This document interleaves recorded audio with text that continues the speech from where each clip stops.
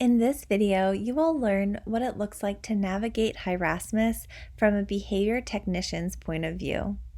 We'll start off discussing the menu items on the left-hand side. Then we'll get into what it looks like to start, run, and conduct a session using Rasmus. Let's get started. Here, you should see your name at the top of the menu when you log in. To log out at any point, you select this button. If you would like to start working with a client, click on the arrow next to Select Client and navigate to your client's name. Now that I've navigated to my client Bennett's profile, I can see any sessions that have been created along with any programs that correspond with his profile. If I want to review past sessions or see any ABC data that has been recorded, I can do so in History. Here I can see on a timeline basis any sessions that have been recorded for my client. I can also click to see any details of ABC data or click View to bring up a summary of all data or session notes that have been recorded. Progress is going to be my go-to where I can find the graphs of my client's progress that he or she is making in their programming. The first thing that I will see here is a cumulative graph depicting mastered targets across all of my client's sessions. If I look below, I can see each specific program divided by program type. So first I see all my skill acquisition, frequency, interval, duration, task analysis, programs, etc. To see more details on any of these, I can simply click on the title of the program. Here it will bring up a graph depicting success rate or other important details regarding that program specifically. Likewise, if I want to get more specific data on a particular target, I can click on that target and it will pull up a corresponding graph focused on details for that given target. The next thing I may want to look at on my menu is files. Files may be where treatment plans, behavior support plans, or important documents may be stored for my client. If I want to change my language that the app is in, or perhaps change my password, I can do so here in Settings. The last thing that we see on the menu is our Help section. I can navigate to Rasmus Help to see our knowledge base where you can find answers to many of your questions that you may have. If I want to review my app information, I can do so here as well. So I can see if any updates are in order. I can see what's new in most recent versions, as well as request a new feature or submit a bug report.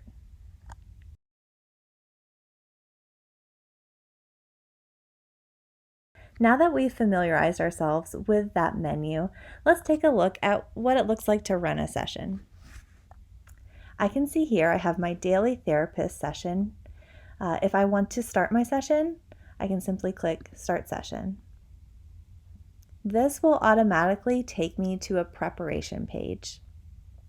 I can see at the top of my preparation page a note from my supervisor indicating to check out a new program, new targets, or possibly some materials that I may need to bring to my session. I can see below all programs that are associated with that given session as well. If I want to review the instructions or procedures for any program, I can click on it and those instructions will be pulled up. My supervisor may have recorded a video for me modeling different steps or just discussing different things to do, so I can review that here. I can also read any instructions that have been given as well.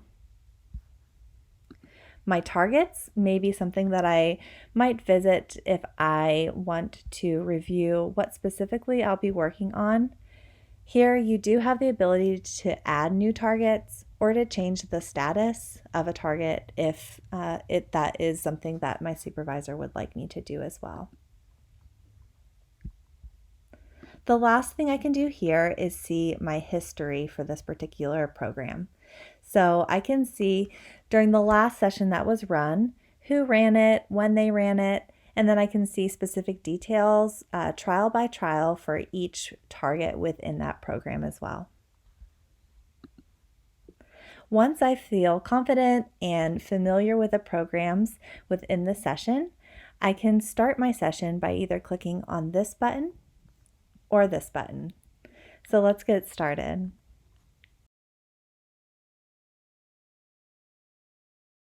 Now that I'm in my session, let's take a look at some different components.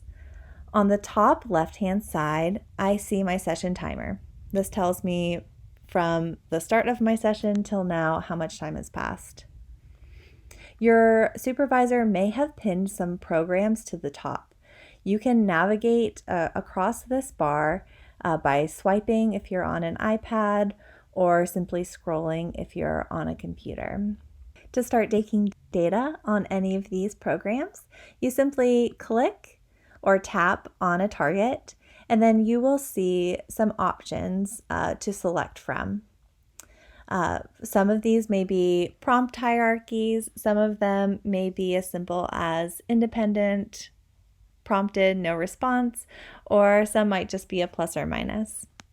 For this particular program, we have a prompt hierarchy, so I have several options to choose from for what level of prompting I am providing my learner.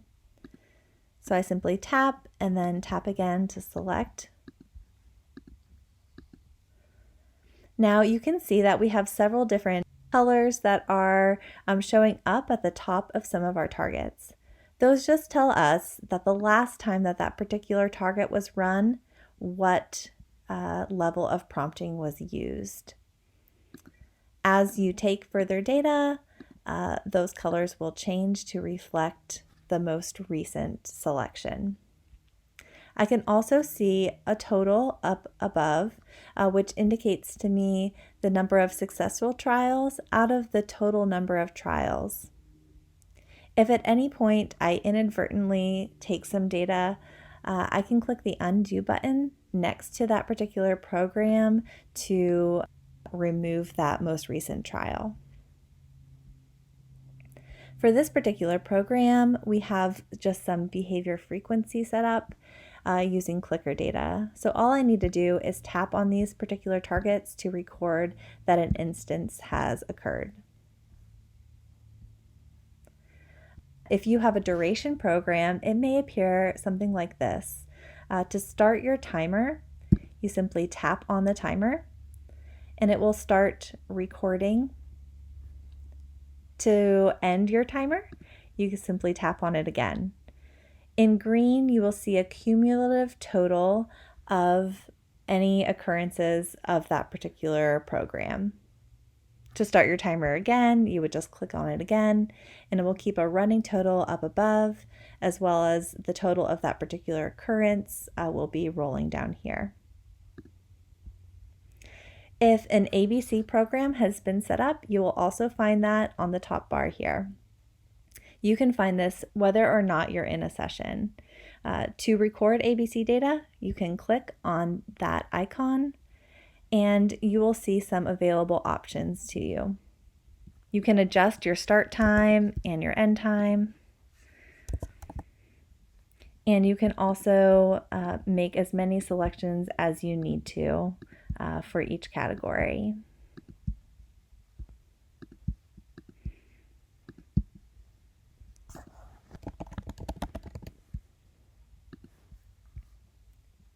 Once you click Save Entry, that incident will save. Now let's take a look at this echoics program in the core of Rasmus. As you can see, as indicated by these icons on the targets themselves, I can tell what the status of each of those targets is. So yellow indicates probe, blue indicates that they are in acquisition, and green indicates that they have been mastered. If I need to review instructions at any point while I'm running a session, I can click on this I or instructions button there. Here I can pull up those instructions that were already spelled out that I could review on my preparation page as well. To start taking data, just like above, you can simply tap and then tap your given prompt response. Now, to navigate to a different program, you have several different options. You can use these buttons here to go to the next program. You can also select this tab and navigate to a program in that way. And lastly, you can navigate to expand to show all of your targets on a single page by selecting this square next to the next program button. Here I can see all of my programs at once. So let's zoom into our motor imitation program. This is an example of how automated prompt fading may be set up in some of your programs. So I can see on the targets themselves what level of prompting I as the provider should be aiming for. And as I take data, it will automatically fade once certain criteria has been met. So now I know that for this particular target, I am going to be aiming to use a gesture prompt for my client. Now, if I start to use more intrusive prompting because my client needs it, that prompt level will also go the other way around.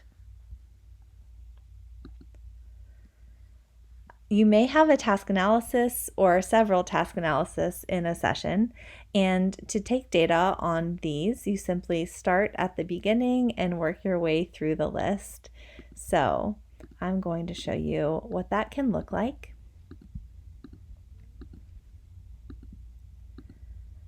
Your supervisor may have set up a default setting as well. So if any steps are skipped, say if we take data only on the last step, they'll automatically be recorded. In this instance, they've automatically been recorded as the most intrusive prompt.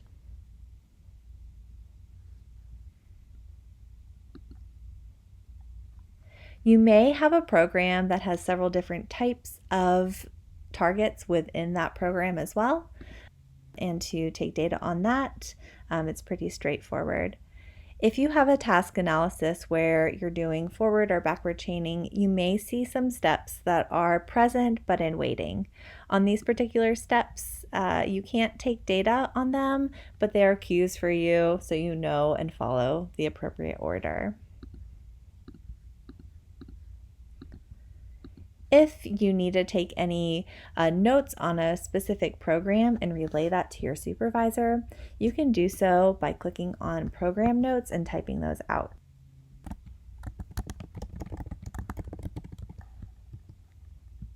Okay, those will be added to your session summary of the data.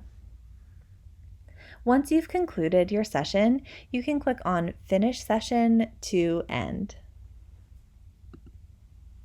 It will ask for your confirmation just to make sure that you didn't inadvertently select that button.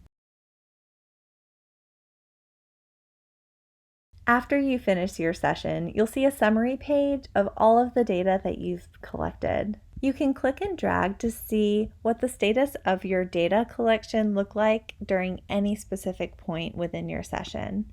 This may be useful for your conversations with your supervisor or in your writing of your session notes themselves.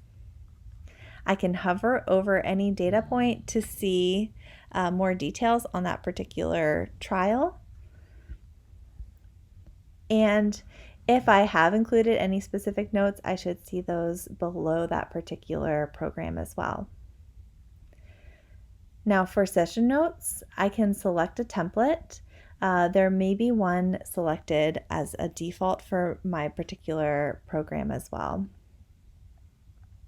And I will just work my way through completion of this particular session note. If I need to make adjustments to start time or finish time, for instance, I can do so here. I may have some items that I can select from. Some components will be mandatory and some components may be optional. If there are any reminders or cues for a particular portion of the summary, I may see that here as well.